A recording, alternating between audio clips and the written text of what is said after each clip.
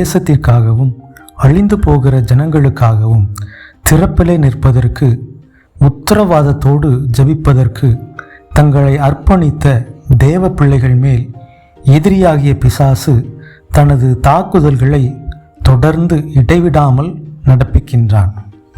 ஆகவே ஜெப வீரர்கள் எப்போதும் எச்சரிக்கையாயும் ஆவியில் விழிப்புடனும் இருந்து தன்னையும் தனக்குள்ளதையும் பாதுகாத்து எதிராளியாகிய பிசாசானவனுக்கு எதிராக யுத்தம் பண்ணி ஜெயம் எடுக்க அறிந்திருக்க வேண்டும். எதிரியின் இந்த தந்திரமான செயல்களை நாம் அறிந்து கொண்டால்தான் அவனது கண்ணிகளுக்கு தப்பி மகிமையான ஜெப வீரர்களாய் விளங்க முடியும். ஜெபிக்கிற ஜெப வீரர்களுக்கு எதிராக எதிராளியாகிய பிசாசானவன் பலவிதமான அக்னியாஸ்திரங்களை எய்து ஜெபிக்கக்கூடாதபடிக்கு ஜெபிக்கிறவர்களுக்குள்ளிருந்தே பல தடைகளை உண்டு பண்ணுகிறான். ஆகவே ஜெப வீரர்கள் ஜெபத்திற்கு எதிராய் தங்களுக்கு உள்ளிருந்து எழும்பும் கிரியைகள் பற்றி நன்கு அறிந்து உணர்ந்து அவைகளை மேற்கொண்டு ஜெயம் எடுத்து தொடர்ந்து ஜெப வாழ்வில் வளர்ந்து முன்னேற வேண்டும். ஜெபத்தின் எதிரிகள் சிலவற்றை இங்கே பார்ப்போம். முதலாவது பாவமாகிய எதிரி.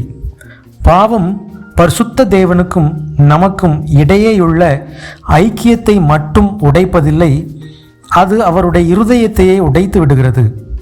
பாவம் தேவனுடைய பிரசன்னத்தை விட்டு நம்மை பின்வாங்க செய்கிறது.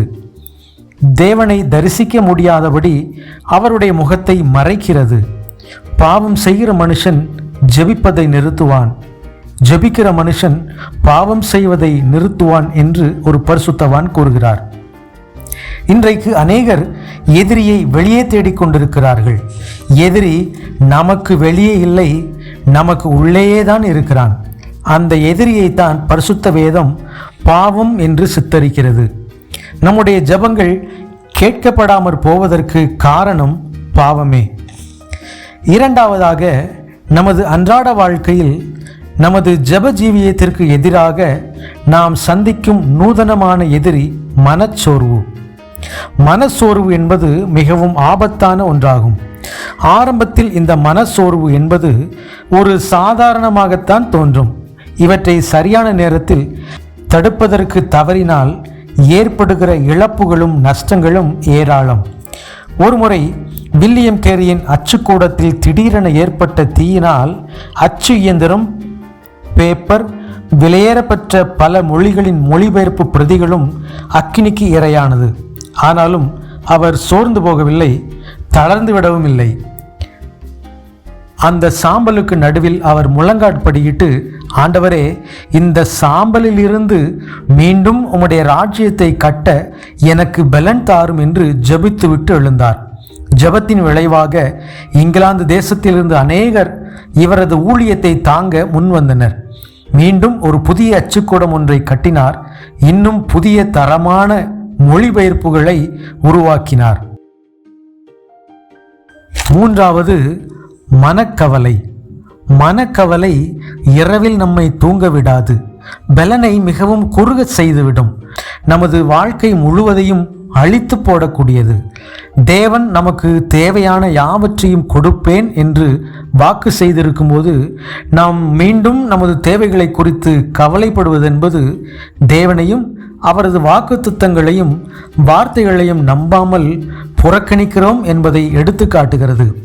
கவலைப்படுகிறதுனால் யாரும் தங்களுடைய சரீர அளவில் ஒரு முழத்தையாகிலும் கூட்ட முடியாது என்பதை இயேசு தாம் ஊழியம் செய்த நாட்களில் ஆணித்தரமாக போதித்தார்.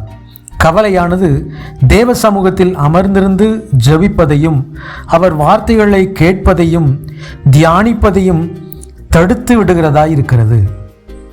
நான்காவது, கோபம். கோபம் என்பது தேவனோடும் மனிதனோடும் உள்ள தெய்வீக உறவுகளில் மறைந்திருக்கும் ஆழமான தீய உணர்ச்சியாகும். இந்த வலிமையான கோப உணர்ச்சியானது நமது இருதயத்தில் உள்ள சமாதானத்தை கெடுத்துவிடும். தீயணைப்பு துறையில் இருப்பவர்களுக்கு தீயை கட்டுப்படுத்தாமல் விட்டுவிட்டால் எப்படிப்பட்ட ஆபத்து நேரிடும் என்பதை பற்றி நன்கு தெரியும். அப்படிப்பட்ட நேரங்களில் எவ்விதம் உடனடி நடவடிக்கைகளில் ஈடுபட வேண்டும் என்பதில் நன்கு பயிற்றுவிக்கப்பட்டிருப்பார்கள். இதை போலவே ஆவிக்குரிய வாழ்வில் கொழுந்துவிட்டு எரியும் கோபமாகிய நெருப்பை கட்டுப்படுத்த உடனே நடவடிக்கை எடுக்க வேண்டும்.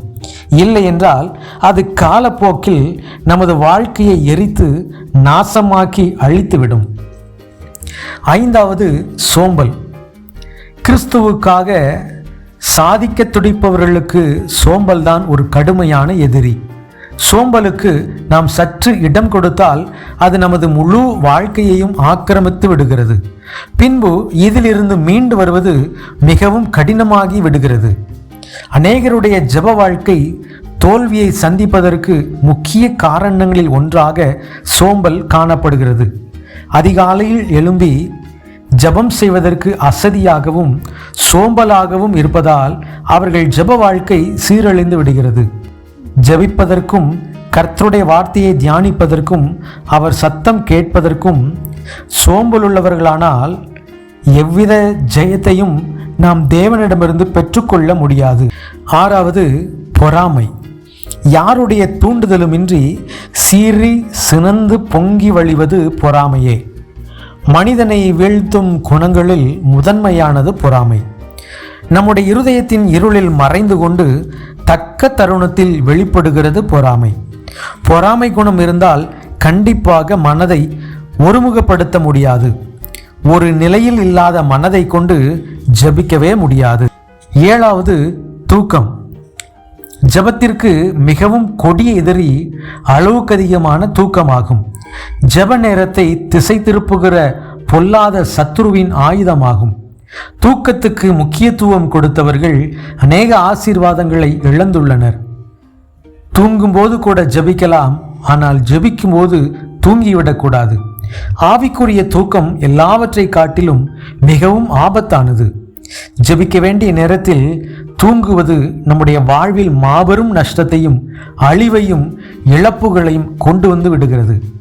தேவனே, உம்மை நோக்கி ஜெபிப்பதற்கு எனக்குள் இருந்து எழும் பாவம், மனச்சோர்வு, கவலை, கோபம், சோம்பல், பொறாமை, தூக்கம், இன்னும் சாத்தான் கொண்டு வரும் ஜெபத்திற்கான அநேக எதிரிகளை மேற்கொள்ள உம்முடைய பலத்தையும் கிருபையையும் உம்முடைய பிரசன்னத்தையும் தந்து ஒரு ஜெப வீரர்களாய் எங்களை மாற்றும் ஆண்டவரே.